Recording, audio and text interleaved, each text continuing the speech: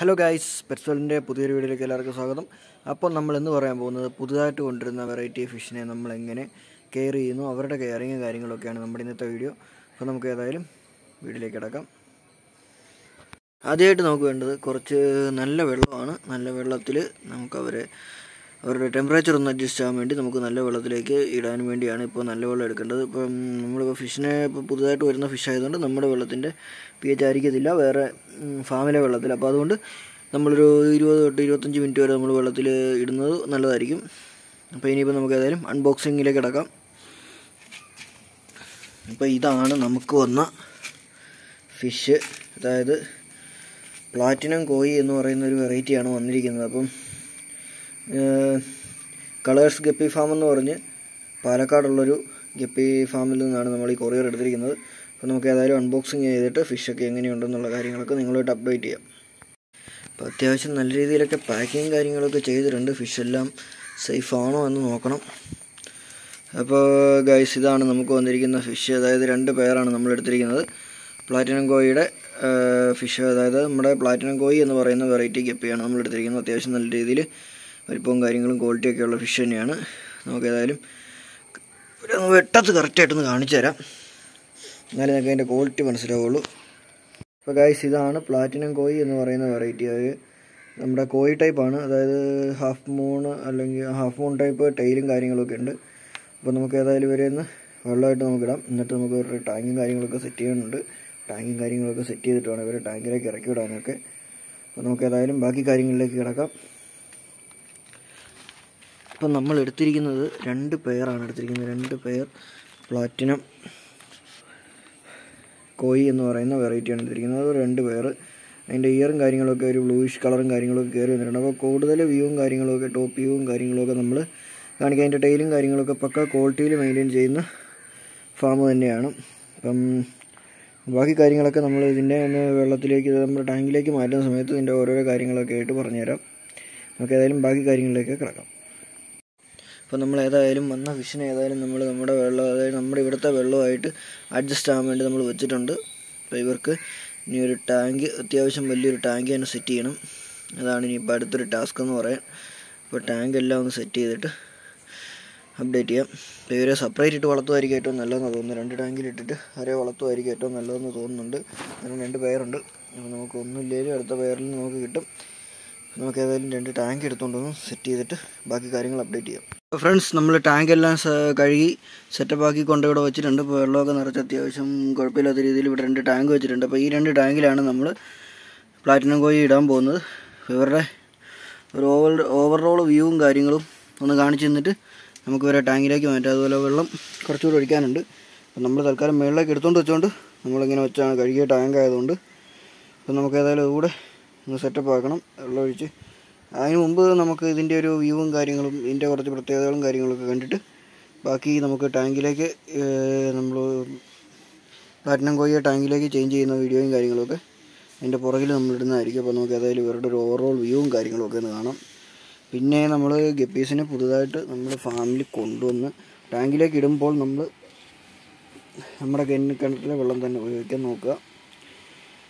അത്യാവശ്യം നല്ല നമ്മൾ മറ്റേ പൈപ്പ് വെള്ളത്തിൽ അമോണിയം കണ്ടൻറ്റ് കൂടുതൽ കാണും. അപ്പോൾ അതുകൊണ്ട് നമുക്ക് ഫിഷിന് എന്തെങ്കിലും അസുഖങ്ങളോ അല്ലെങ്കിൽ ബാക്ടീരിയ കാര്യങ്ങളോ ഒക്കെ വരാൻ സാധ്യതയുണ്ട്. അപ്പോൾ അതുകൊണ്ട് ഒരിക്കലും നമ്മൾ പൈപ്പ് വെള്ളമോ കാര്യങ്ങളോ ഉപയോഗിക്കുക. നമ്മുടെ കിണറ്റിലെ ശുദ്ധമായ വെള്ളം ഉപയോഗിക്കാൻ നോക്കുക. അപ്പോൾ നമുക്ക് ഫിഷിനെ നമുക്ക് കുറച്ചുകൂടെ ധൈര്യത്തോടു കൂടി നമുക്ക് ആ വെള്ളത്തിലേക്ക് മാറ്റാൻ പറ്റും. അതുപോലെ തന്നെ പിന്നെ നമ്മൾ ഉപ്പുകല്ലുണ്ടെങ്കിൽ ഉപ്പുകല്ലിടുക. ഉപ്പുകല്ലില്ലാത്തവർ ഉപ്പുകല്ലിടണമെന്ന് ഞാൻ പറയുന്നില്ല. കാരണം മേടിച്ചിട്ടാലും മതി, സാവകാശം പോലെ മേടിച്ചിട്ടാലും മതി. മാറ്റുമ്പോൾ സാധാരണ ഉപ്പുകല്ലിടുന്നത് നല്ലതാണ്. പാരസൈറ്റ്സും കാര്യങ്ങളൊക്കെ ഉണ്ടെങ്കിൽ പൊക്കോളും.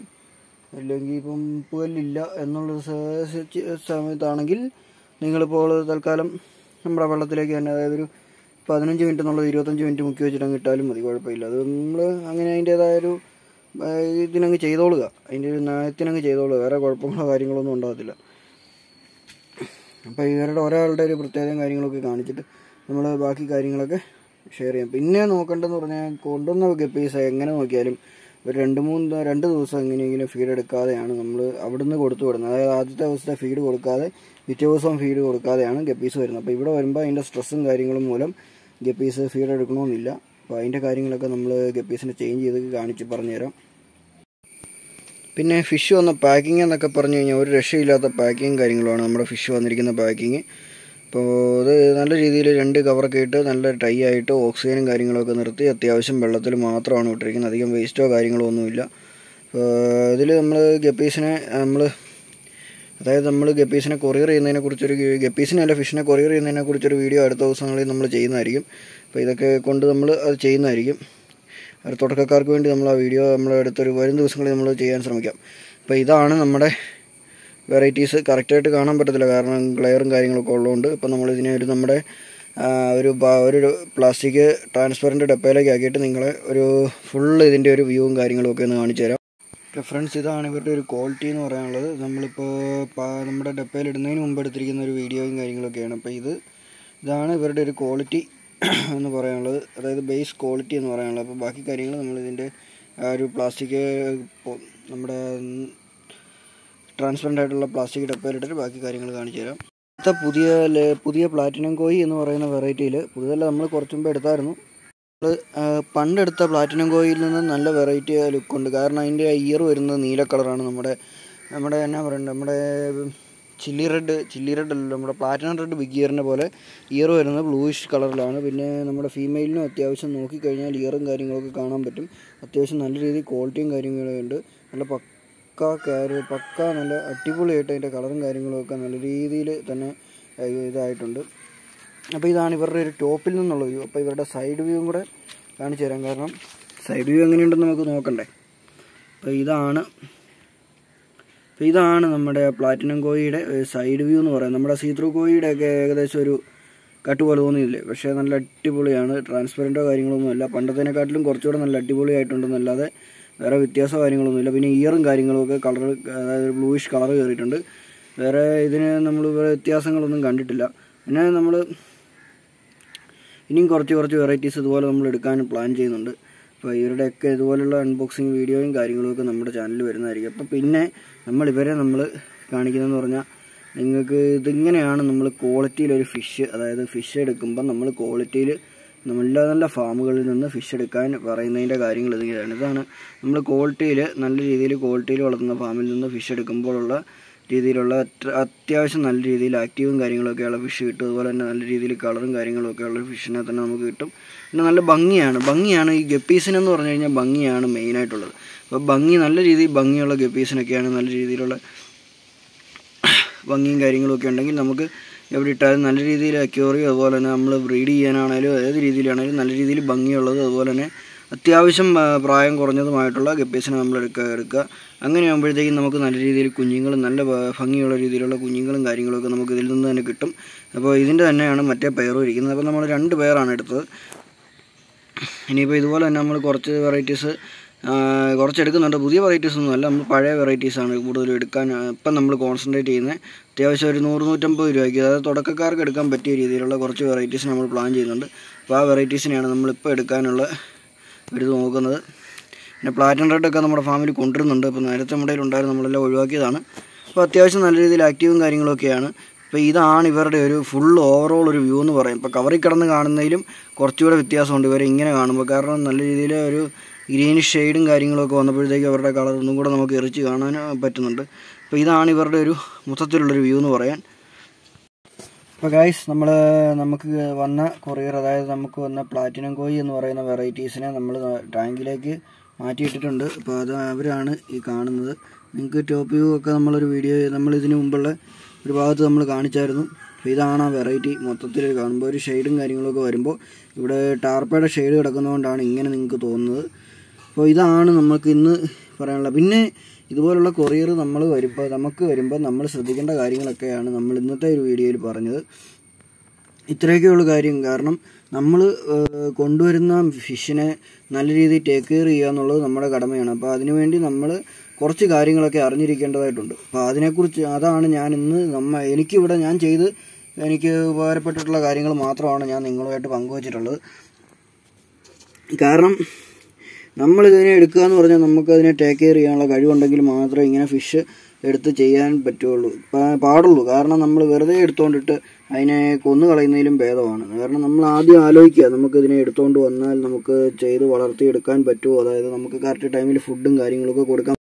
അഥവാ ഇവരെ എടുത്തുകൊണ്ട് വന്നാൽ നമുക്ക് ഇവർക്ക് പറ്റിയ ഫീഡും കാര്യങ്ങളൊക്കെ കൊടുക്കാൻ പറ്റുമോ എന്നുള്ള കാര്യങ്ങളൊക്കെ ഒന്ന് ശ്രദ്ധിക്കുക. എന്നിട്ട് നിങ്ങൾ ഫിഷ് എടുക്കാനൊക്കെ നോക്കുക. കാരണം ഇവർക്ക് ഫീഡിംഗ് എന്ന് പറഞ്ഞാൽ ഇനിയിപ്പം നമ്മൾ ശക്കലം വല്ലതും ഇട്ട് കൊടുക്കാവുള്ളൂ. കാരണം അധികം ഫീഡ് ഇട്ട് കൊടുക്കരുത്. കാരണം ഇന്ന് അധികം ഫീഡ് എടുക്കാൻ സാധ്യത കുറവാണ്. അപ്പോൾ അതുകൊണ്ട് നമ്മൾ അധികം ഫീഡ് ഇട്ട് കൊടുക്കരുത്. ശക്കലം ഫീഡ് ഇട്ട് കൊടുക്കുക. അങ്ങനെ പതുക്കെ ഫീഡ് ഇട്ട് കൊടുത്ത് അവർ ഫീഡ് എടുക്കുന്ന അവസ്ഥയിൽ, അതായത് ഇനി ഒരു നേരം കൊടുത്താൽ മതി, നാളെ തൊട്ട് 2 നേരം കൊടുക്കുക. നാളെ തൊട്ട് 2 നേരം കൊടുക്കാം. കാരണം അത് ശകലിച്ച വെച്ച് 2 നേരം കൊടുക്കാവുന്നതാണ്. കാരണം ഇന്നെന്ന് പറഞ്ഞാൽ അവർ ഈ വന്നതിൻ്റെ സ്ട്രെയിനും കാര്യങ്ങളൊക്കെ ആയതുകൊണ്ട് ഫുഡ് എടുക്കുമെന്ന് തോന്നുന്നില്ല. അപ്പോൾ അതുകൊണ്ട് നമ്മൾ കുറേശ്ശെ ഫുഡ് കൊടുക്കാൻ ശ്രമിക്കുക.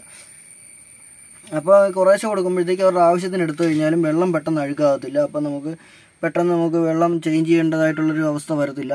അപ്പോൾ അതാണ് ഞാനിപ്പോൾ കുറച്ച് ഫുഡ് കൊടുക്കുക. കാരണം ഗപ്പികളെന്ന് പറഞ്ഞു കഴിഞ്ഞാൽ കൊണ്ടുവന്ന ഉടനെ അധികം ഫീഡ് എടുക്കത്തില്ല. അപ്പോൾ ഏത് ഫിഷാണെങ്കിലും കൊണ്ടുവന്ന ഉടനെ തന്നെ അധികം ഫീഡ് എടുക്കണമെന്നില്ല. കാരണം അവർ സ്ട്രെസ്സിലും കാര്യങ്ങളിലൊക്കെ ആയിരിക്കും. അപ്പോൾ അതൊക്കെയാണ് നമ്മൾ ഇതിൽ ശ്രദ്ധിക്കേണ്ടത്. അതായത് ഓടിച്ചാടി വന്നിട്ട് നമ്മൾ കൊറിയർ ഓഫീസിൽ പോയി മേടിച്ചുകൊണ്ട് വന്ന ഉടനെ കുറേ ഫീഡും എടുത്ത് ഒഴിച്ചാലൊന്നും പണി തീരുന്നതല്ല. കാരണം അത് ഡെത്തായി പോകത്തേ ഉള്ളൂ. നമ്മൾ ചിലരുടെ വിചാരമുണ്ട് നമ്മൾ കുറേ ഫീഡും കൊടുത്തു കഴിഞ്ഞാൽ പെട്ടെന്ന് ഗപ്പി വലുതായി നമുക്ക് ഇഷ്ടം പോലെ കുഞ്ഞുങ്ങളെ കിട്ടും. ഒരിക്കലും അല്ല. നമ്മളതിനെ നോക്കുന്ന പോലെ ഇരിക്കും അതിൻ്റെ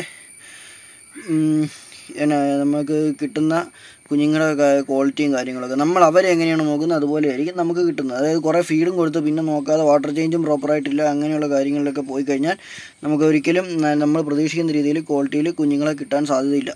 അപ്പോൾ ഇതൊക്കെയാണ് നമുക്ക് ഇന്ന് നിങ്ങളുമായിട്ട് പങ്കുവയ്ക്കാനുള്ളൊരു വീഡിയോ. അപ്പോൾ ഇത്രയൊക്കെയാണ് പറയുന്നത്.